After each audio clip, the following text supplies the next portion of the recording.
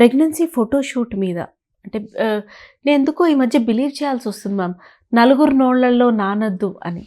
You know తెలిసిన వాళ్ళే unfortunately మనకి బాగా క్లోజ్ ఉన్న వాళ్ళే వాళ్ళ ప్రెగ్నెన్సీ సాడ్ జర్నీని షేర్ చేసుకోవటం.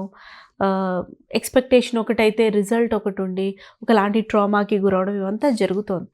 What you have to say on a pregnancy photoshoot? ఈ కల్చర్‌కి మీరేమంటారు? బేసిక్‌గా లైఫ్ ఈజ్ వెరీ షార్ట్. హ్మ్. అదైతే నేను చాలా బిలీవ్ చేస్తాను. And when you have to talk about your own journey, మీరు ఏది మిస్ అవ్వద్దు ఆ జర్నీలో. అది మనం గుర్తుపెట్టుకోవాలి. ఒక 60, 70 ఇయర్స్ అయిన తర్వాత మీరేం చేస్తారు? చెప్పండి. You would not be working Yes. As such. Yes. You will have your grandchildren and you would be talking to them about what you did in Yes. your life. Yes. Then when you start talking and when you start sharing your memories, this will also be one of the memories to share Hmm. to your children, to your grandchildren, to show them that this is what we recorded and kept.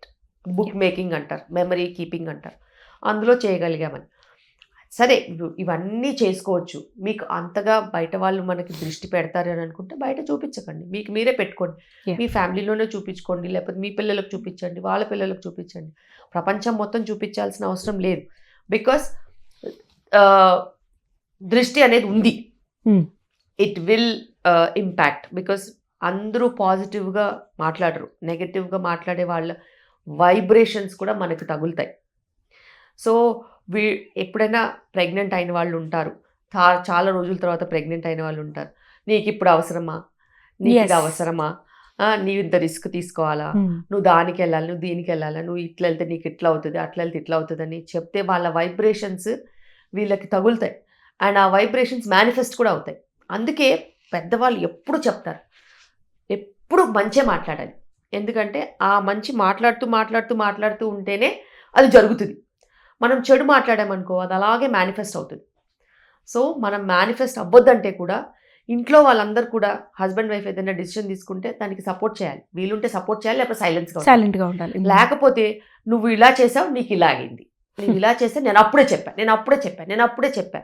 So ఇలాగా vibrations, words, vibrations and energies they manifest. Hmm. అది మనం కారణం కావద్దు. So మనము జాగ్రత్తగా ఉండాలి. ఇలాంటి విషయాల్లో అలాంటి మనుషులు ఉన్నారు అని అంటే వాళ్ళకి దూరంగా ఉండాలి.